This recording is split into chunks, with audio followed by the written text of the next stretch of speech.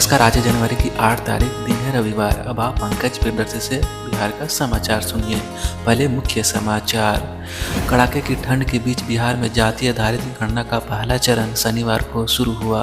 मुख्यमंत्री नीतीश कुमार ने खुद वैशाली के हरेश्वर गांव में शिवकरण पासवान और मनोज पासवान के घर पर खंभे पर 01 लिखकर 15 दिनों तक चलने वाले इस सर्वेक्षण का आगाज किया।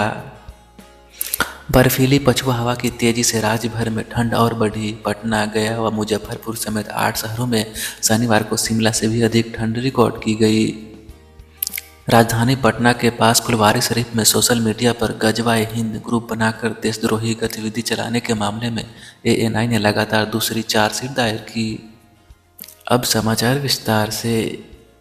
जिलाधिकारी चंद्रशेखर सिंह ने बताया कि जाति आधारित गणना शनिवार से शुरू हो गई। जिलाधिकारी ने पटना नगर निगम के वार्ड संख्या 27 में गोलघर पार्क के पीछे बैंक रोड में जाति आधारित गणना का निरीक्षण किया। उन्होंने कहा कि 21 जनवरी तक प्रथम चरण चलेगा, दूसरा फेज अप्रैल में चलेगा। उसमें हम लोग बाकी डिटेल्स लेंगे। उसमें कुल 26 कॉलम होंगे।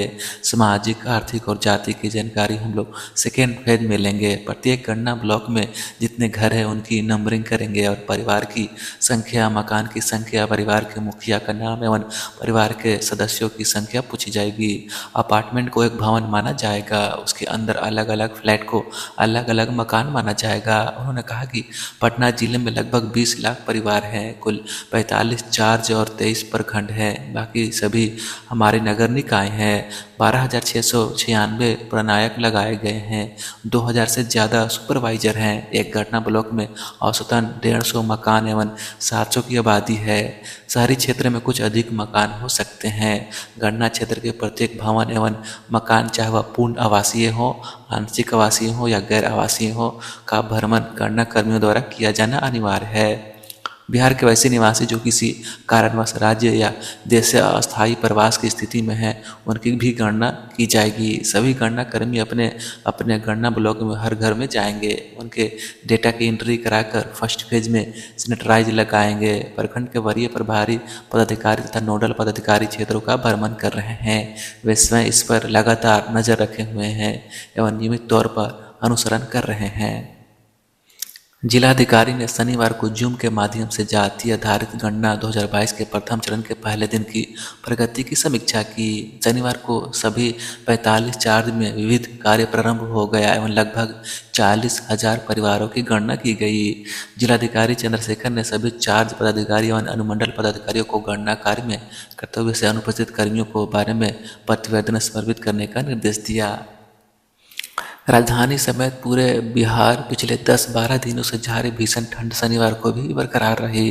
बर्फीली हवा के चलते पारा और गिर गया। इस बीच मौसम विभाग ने कोल्ड डे घोषित करते हुए अलर्ट जारी किया है। हालांकि आज दोपहर में कुछ देर के लिए हल्की धूप निकली, बावजूद शीतलहर से राहत नहीं मिली है। ठंडी हवा चलने से यहाँ का तापमान सामान्य से भी 7 डिग्री सेल्सियस कम दर्ज किया गया। मौसम विभाग ने अपने पूर्वानुमान में कहा कि अगले एक सप्ताह तक ठंड से राहत की कोई उम्मीद नहीं है। यहाँ उत्तरी पूर्वी तथा उत्तरी पश्चिमी ठंडी हवाओं का चलना जारी रहेगा, जिससे लोगों को कुहासे के साथ ही भीषण ठंड का सामना करना पड़ेगा। राजधानी समेत पूरा सूबा इन दिनों भारी शीतलहर की चपेट में है। शनिवार को ठंड ने पिछले कई वर्षों का रिकॉर्ड तोड़ दिया तथा न्यूनतम तापमान 8 डिग्री सेल्सियस से भी नीचे दर्ज किया गया। शनिवार को यहाँ का न्यूनतम अधिकतम तापमान सामान्य से काफ़ी नीचे बना रहा। मौसम विभाग से प्राप्त जानकारी के अनुसार राजधानी का अधिकतम तापमान 14.4 डिग्री सेल्सियस तथा न्यूनतम तापमान 7.2 डिग्री सेल्सियस दर्ज किया गया। इस तरह से भागलपुर का अधिकतम तापमान 16.0 डिग्री तथा न्यूनतम तापमान 7.5 डिग्री सेल्सियस, जबकि गया का अधिकतम तापमान 18.8 डिग्री तथा न्यूनतम तापमान 4.6 डिग्री सेल्सियस दर्ज किया गया। कई जिलों में ठंड के कारण स्कूल को बंद कर दिया गया है। पटना में 14 तक बंद रहेगा और 15 को रविवार है। अब यहाँ 16 को स्कूल खुलेंगे। खगड़िया में 10, जमुई, मुजफ्फरपुर, भागलपुर, कटिहार, अररिया में 11, गया व किशनगंज में 12, सुपौल में 14 जनवरी तक स्कूल बंद रहेंगे। भारतीय कम्युनिस्ट पार्टी के बिहार राज्य सचिव मंडल ने विद्युत आपूर्ति कंपनियों की बिजली फिक्स चार्ज एवं बिजली दर में वृद्धि के प्रस्ताव का सख्त विरोध किया और बिजली दर बढ़ाने को लेकर जिलों में आयोजित होने वाली जनसुनवाई पर रोक लगाने की मांग की है। सीपीआई के राज्य सचिव राम नरेश पांडे ने शनिवार को बयान जारी कर कहा कि विद्युत आपूर्ति कंपनियों ने फिक्स्ड चार्ज को 2 से 2.5 गुना बढ़ाने व बिजली दर को 40% तक बढ़ाने का प्रस्ताव विद्युत विनियामक आयोग को भेजा है, जिसे आयोग ने स्वीकार कर जन सुनवाई कर का फैसला किया है। जन सुनवाई 20 जनवरी से 17 फरवरी तक राज्य के 6 जिलों में प्रस्तावित है। बिहार के वर्तमान बिजली दर भी कई विकसित राज्यों से ज़्यादा है, जिसके खिलाफ लगातार आवाज़ उठती रही है। इसके बावजूद बिजली दर को घटाने के बदले बढ़ाने का प्रस्ताव आर्थिक मार झेल रही जनता की कमर तोड़ने के समान है।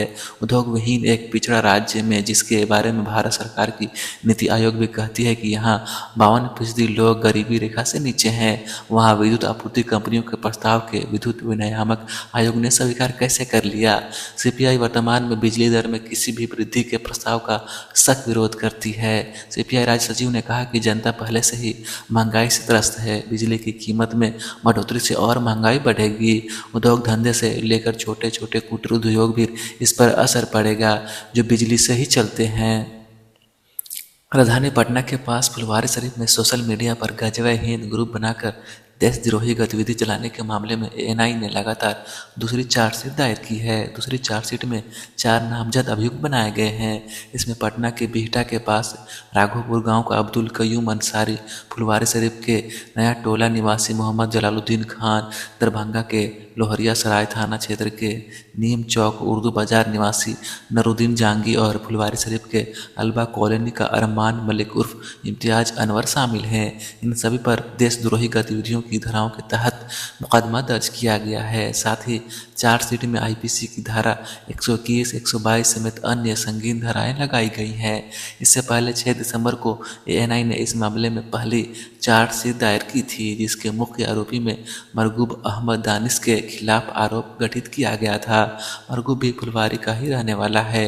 वह पाकिस्तान दहशतगर्द के बनाए गए व्हाट्सएप ग्रुप गजवा हिंद का एडमिन था। भभुआ में गार्ड की हत्या कर एटीएम के 13 लाख लूट लिए गए। भभुआ में हथियारबंद अपराधियों ने शनिवार को दिन दहाड़े गार्ड की गोली मारकर हत्या कर दी और एटीएम रूम से 13 लाख रुपये लूट लिए। अपराधियों ने गार्ड को 2 गन भी लूटकर फायरिंग करते हुए तीनों बाइक से भाग निकले। यह घटना शहर के अतिव्यक्त पुराना चौक पथ पर पूरा पोखरे के पास की है। राज्य के किसानों के लिए आलू प्रमुख फसल है। इस बार किसानों ने करीब 3.1 लाख हेक्टेयर में इसकी बुआई की है। इस बार आलू की कीमत सही रहने के चलते आलू की फसल से फायदे की उम्मीद है, लेकिन वो मौसम की मार से आलू की फसल में नुकसान की आशंका सताने लगी है। अगर आलू में पाला एवं झुलसा रोग का प्रकोप होता है तो किसानों के लिए मुश्किल खड़ी हो जाएगी। उस हालत में किसानों के लिए आलू की लागत भी निकालना मुश्किल होगा। आलू में अब तक 10 से 12 हज़ार रुपये प्रति बीघा का खर्च आ चुका है। दरअसल लगातार कई दिनों से शीतलहर और ठंडी हवाओं के चलते आलू की फसल में पाला पड़ने की आशंका बढ़ गई है। सबसे अधिक नुकसान आलू के उस फसल को होगा बुआई देरी से हुई है। जल्द मौसम साफ न हुआ तो आलू में नुकसान तय है। शीतलहर और पाले का आलू की उत्पादकता पर सीधा प्रभाव पड़ता है। आलू की फसल को सबसे अधिक नुकसान झुलसा रोग से होता है। सर्दी के चलते आलू की फसल खराब होने लगती है। सबसे पहले पत्ते सिकुड़ने लगते हैं, फिर धीरे धीरे पूरी तरह लत्ती सूख जाती है और आलू का विकास रुक जाता है। मुख्यमंत्री नीतीश कुमार शनिवार को समाधान यात्रा के दौरान वैशाली जिले के खैरगोल भगवानपुर प्रखंड में विभिन्न विभागों का अंतर्गत चल रही विकास योजनाओं का जायजा लिया। गोरौल में कार्यकर्ताओं एवं उपस्थित लोगों ने फूल माला पहनाकर मुख्यमंत्री का स्वागत किया। इस दौरान मुख्यमंत्री ने समक्ष कई लोगों ने अपनी समस्याएं रखी, जिसके समाधान के लिए मुख्यमंत्री ने जिलाधिकारी को निर्देश दिए। मुख्यमंत्री गोरौल प्रखंड की कटमारला पंचायत के हथसेरा गांव पहुंचे और वहां स्थिति मजार चदरपोशी कर राज्य की सुख शांति एवं समृद्धि की कामना की। हरसेर ग्राम में मुख्यमंत्री ने समेकित बाल विकास परियोजना के अंतर्गत लाई गई विभिन्न सब्जियों की प्रदर्शनी का अवलोकन किया। अब अकारण मरीजों के बड़े अस्पताल में रेफर करने की परिपाटी पर नकेल कसने के लिए स्वास्थ्य विभाग की रेफरल पॉलिसी लागू हो गई है। बीते दिनों उप मुख्यमंत्री सह स्वास्थ्य मंत्री तेजस्वी प्रसाद यादव ने पटना में एक कार्यक्रम में इसे औपचारिक रूप से जारी किया। इसके अनुसार बिना रेफरल कार्ड के मरीजों को बड़े अस्पताल में नहीं भेजा जा सकेगा। अब तक मरीजों को रेफर करते समय चिकित्सक किसी मानक का पालन नहीं करते थे। अस्पताल में कार्यरत चिकित्सक पुर्जा पर ही रेफर लिखकर मरीजों के चलता कर देते थे। इस कारण स्थिति यह हो गई कि प्राथमिक स्वास्थ्य केंद्र में मरीजों का उपचार करने के बजाय केवल रेफर करने के लिए ही चर्चित हो गए। हद तो यह हो गया कि जिला स्तर पर बने सदर अस्पताल में विशेषज्ञ चिकित्सक होते हुए भी वहां के मरीजों को मेडिकल कॉलेज में रेफर कर दिया जाता था, जबकि राज्य के सभी मेडिकल कॉलेज में मरीजों का दबाव पहले से ही है। ऐसे में अस्पताल की ओर से मरीजों को रेफर किए जाने के उपचार में परेशानी हो रही थी। भारी भीड़ के कारण मेडिकल कॉलेज के चिकित्सक मरीजों के साथ समुचित न्याय नहीं कर पाते थे।